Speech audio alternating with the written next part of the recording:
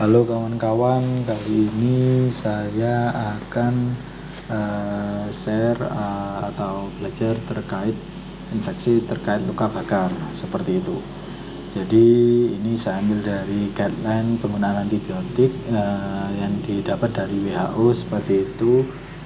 Tahunnya kalau nggak salah terbaru seperti itu, terupdate. Nah, ini buku sederhana, jadi semacam buku kamus kecil terkait penggunaan antibiotik.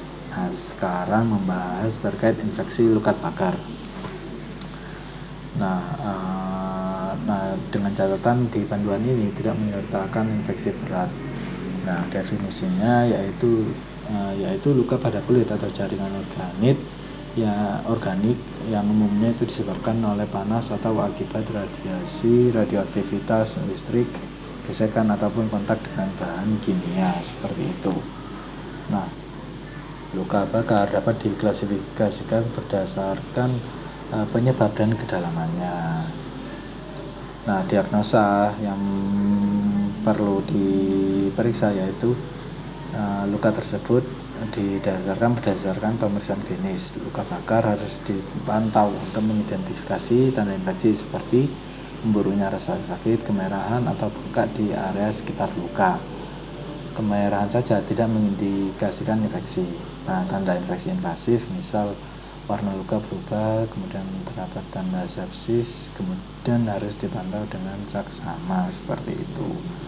Jadi ketika ada luka bakar dan muncul warna merah, itu bukan menjadi indikasi kalau adanya infeksi seperti itu. Nah, misal ada tanda infeksi, warna lukanya itu berubah. Nah, kemungkinan mikroba yang menjadi penyebab luka bakar itu yaitu ada Streptococcus, Staphylococcus aureus, kemudian ada Enterobacterales seperti itu.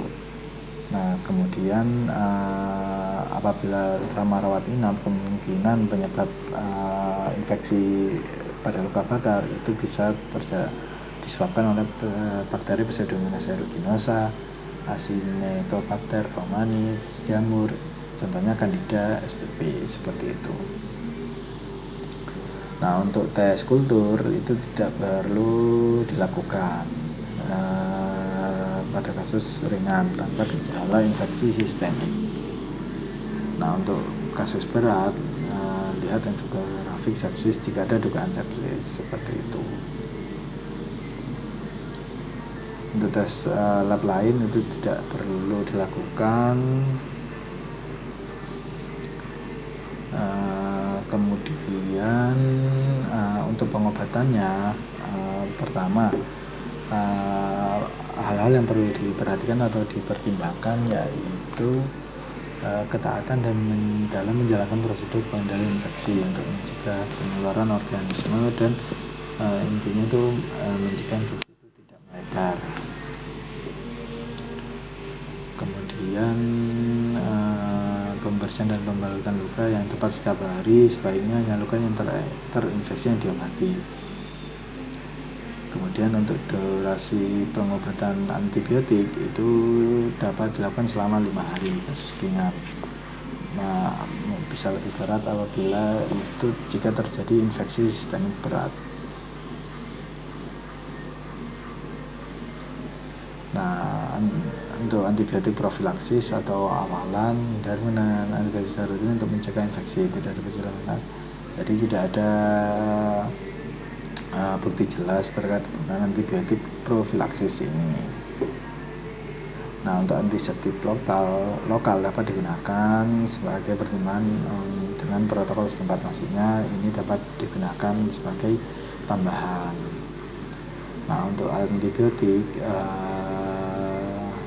sebaiknya hanya luka yang terinfeksi yang diobati, jadi nggak perlu semuanya. Dapat menggunakan amoxicillin plus asam clavulanat 80-90 mg per hari. Ini untuk anak-anak ya, jadi dengan berat badan seperti berikut, dosisnya seperti berikut, seperti itu. Selain menggunakan cairan oral,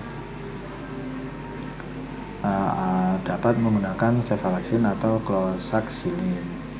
Kloxacillin dan cefalexin memiliki spektrum aktif antibakteri yang lebih sempit daripada amoxicillin plus asam klavulonat atau amoxiclav, dengan efikasi yang baik pada infeksi kulit dan jaringan lunak ringan. Dari perspektif penataran antibakteri, kloxacillin dan cefalexin opsi yang lebih ideal jika mungkin untuk diberikan. Jika kloxacillin tidak tersedia dan dikloxacillin dan flucloxacillin dapat digunakan seperti itu. Oke, itu untuk anak-anak. Kemudian untuk dewasa,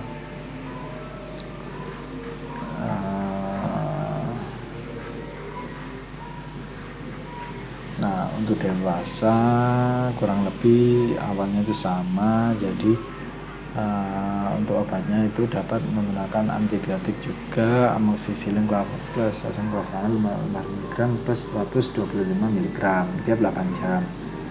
Kemudian dapat memilih cefalexin atau kloxacillin juga dengan dosis yang tinggi, ya lebih besar daripada anak-anak, yaitu 500 mg seperti itu. Pengobatan 5 hari jika ringan. Apabila masih belum sembuh juga, mungkin ada perlu perawatan lain, dapat langsung dibawa ke rumah sakit atau klinik kesehatan setempat seperti itu. Oke, jadi itu infeksi terkait luka bakar pada anak-anak maupun dewasa. Baik, semoga bermanfaat. Terima kasih. Wassalamualaikum warahmatullahi wabarakatuh.